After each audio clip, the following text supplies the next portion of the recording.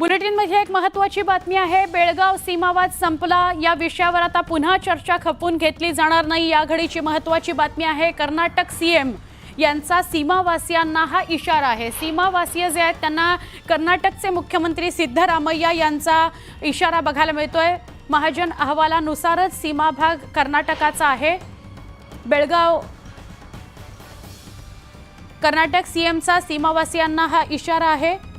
महत्त्वाची बातमी आहे। महाजन अहवालानुसार सीमा भाग कर्नाटकचा असल्याचा दावा त्यांनी केलाय। बेळगाव महाराष्ट्रात सामील करण्याची मागणी मूर्खपणाची असल्याची कडक भूमिका सिद्धरामय्या यांनी घेतली आहे। बेळगावात सीमा प्रश्नी झालेल्या आंदोलनानंतर मुख्यमंत्री सिद्धरामय्या यांनी आपली भूमिका स्पष्ट केलेली आहे।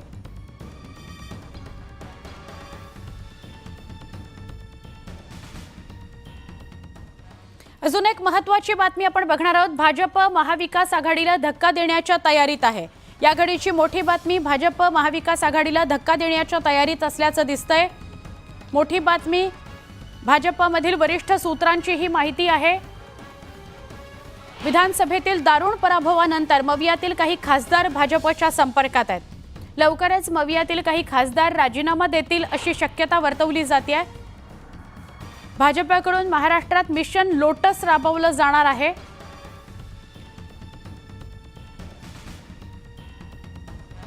आमचे प्रतिनिधी तुषार रुपनवर यांच्याशी बोलूया। तुषार, मोठी बातमी आहे।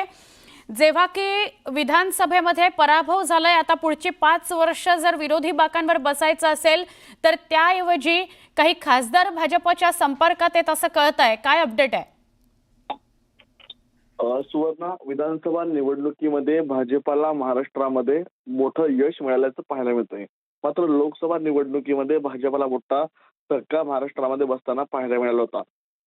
आता विधानसभेच्या निवडणुकांच्या निकालानंतर काही खासदार भाजपच्या वरिष्ठ नेत्यांना भेटल्याचं खात्रीलायक सूत्रांकडून न्यूज 18 लोकमतला कळतंय। ते काही खासदार हे थेट भाजपच्या संपर्कामध्ये आहेत। मात्र त्यांचा भाजपमध्ये पक्षप्रवेश कधी घ्यायचा या संदर्भामध्ये वरिष्ठ पातळीवरती चर्चा अद्यापही सुरू आहे। मात्र आता शपथविधी काही आमदारांचा पार पडल्यानंतर आता मंत्रिमंडळ विस्तार पार पडेल आणि त्यानंतर महाराष्ट्रामध्ये पुन्हा एकदा ऑपरेशन लोटस राबवलं जाणार आहे। या ऑपरेशन लोटस मध्ये काँग्रेस असेल, राष्ट्रवादी असेल किंवा शिवसेना असेल, ह्या पक्षातले काही मोजके खासदार हे थेट भाजपमध्ये संपर्क करू शकतात। जर संपर्क कसा, नेमका पक्षप्रवेश कसा करायचा आहे या संदर्भातली माहिती आपल्याला मिळणार आहे। मात्र काही खासदार मवियातले हे भाजपच्या थेट संपर्कामध्ये आहेत। त्यामुळे महाविकास आघाडीला मोठा धक्का भाजप आपल्याला येत्या काही दिवसामध्ये देऊ शकतं।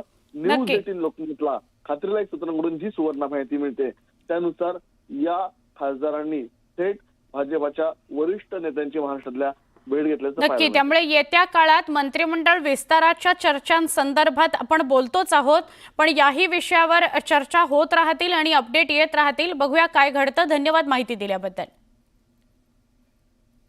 पुन्हा एकदा वेगवान स्वरूपातल्या घडामोडी। कुर्ला अपघातानंतर सार्वजनिक वाहतुकीतील भाडेतत्वावरील बस आणि कंत्राटी चालकांच्या समावेशाबाबत खबरदारी म्हणून एसटी महामंडळानं आज बुधवारी तातडीची बैठक बोलावली। मुंबई सेंट्रलमधील महाराष्ट्र वाहतूक भवन इथं बैठक होणार आहे। नागपुरात लाखो रुपयांचा मालमत्ता कर थकीत असल्यानं महापालिकेनं भूखंड जप्तीची कारवाई केली आहे।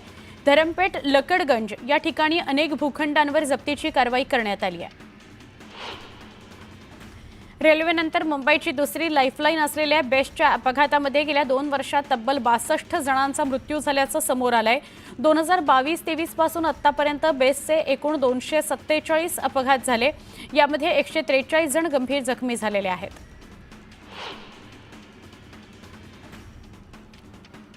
एसटीला दरमहा 850 ते 900 कोटी रुपये महसूल मिळतो। यंदा दिवाळीमुळे एसटीच्या तिजोरीत 1000 कोटी रुपयांचा महसूल जमा झालाय। मात्र अजूनही एसटी कर्मचारी वेतनाच्या प्रतीक्षेत आहेत।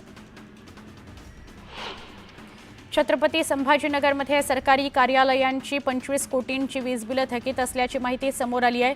वीज बिल थकबाकीत मनपा पहिल्या क्रमांकावर आहे। सिडको आणि छावणी कॅन्टोन्मेंट बोर्डाचाही यात समावेश आहे। 2021 ते ऑक्टोबर 2025 दरम्यान राज्यात सर्वाधिक अपघाती मृत्यू राष्ट्रीय महामार्गावर झाल्याची माहिती समोर आली आहे। माहितीच्या अधिकारातून ही माहिती समोर आली आहे। राज्य महामार्गाच्या तुलनेमध्ये राष्ट्रीय महामार्गावर अपघात आणि मृत्यूचं प्रमाण अधिक आहे। गेल्या 2 दिवसांपासून महाराष्ट्रात तापमानाचा पारा घसरण्यास सुरुवात झाली आहे। उत्तर महाराष्ट्रात पारा 10 अंशांच्या खाली घसरलाय। पुढील 5 दिवसांमध्ये तापमानात आणखी घट होणार असल्याची माहिती हवामान विभागाकडून देण्यात आली आहे। पुण्यात निर्माण होणारी पूरस्थितीची कारणं शोधणारा अहवाल तयार केल्यानंतर त्याचा आता आपत्कालीन आणि दीर्घकालीन आराखडा तयार करण्याचे आदेश पालिका आयुक्तांनी दिले आहेत। नंदुरबारमध्ये सातपुडा पर्वतरांगांमध्ये 2 दिवसांपासून तापमानात कमालीची घट झाली आहे। नंदुरबारमध्ये 8 अंश सेल्सिअस तापमानाची नोंद झालेली आहे। वर्ध्यासह ग्रामीण भागात हवेत गारठा वाढला आहे। सगळीकडे धुक्याची चादर पसरली असून येत्या 2 दिवसात आणखी थंडी वाढण्याची शक्यता हवामान विभागानं वर्तवली आहे। गोंदियात थंडीचा कडाका जाणवू लागलाय। जिल्ह्यात 12 डिग्री सेल्सिअस तापमानाची नोंद झाली आहे। त्यामुळे नागरिक शेकोट्यांच्या आधारे ऊब घेत आहेत। जळगावात गेल्या 4 दिवसात किमान तापमान 6 अंशांनी घसरलं असून पुढील 4 दिवसात आणखी गारठा वाढण्याची शक्यता आहे। गेल्या 2 दिवसांपासून वातावरणात पुन्हा बदल झालेला आहे। नाशिक शहरासह जिल्ह्याचा पारा घसरल्यानं नाशिकच्या चांदीच्या गणपतीला उबदार कपडे परिधान करण्यात आले। स्वेटर आणि शाल पांघरून बाप्पाचं थंडीपासून संरक्षण केलं जात आहे। बाप्पालाही थंडी वाजत असेल या भावनेतून गणपतीला शाल पांघरण्यात आली आहे। सोलापूर विद्यापीठाच्या नवीन प्रशासकीय इमारतीसमोर 14 कोटी 82 लाख खर्च करून राजमाता अहिल्यादेवी होळकर यांचं भव्य स्मारक साकारलं जात आहे। त्याकरता 31 डिसेंबरपर्यंतची मुदतवाढ देण्यात आली आहे।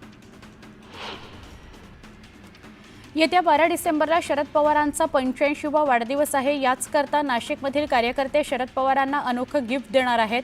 1940 मधील भारतातील ब्रिटिश राजा किंग जॉर्जच्या काळातील चांदीची 85 नाणी वापरून पवारांचं डिजिटल पोर्ट्रेट काढण्यात येणार आहे।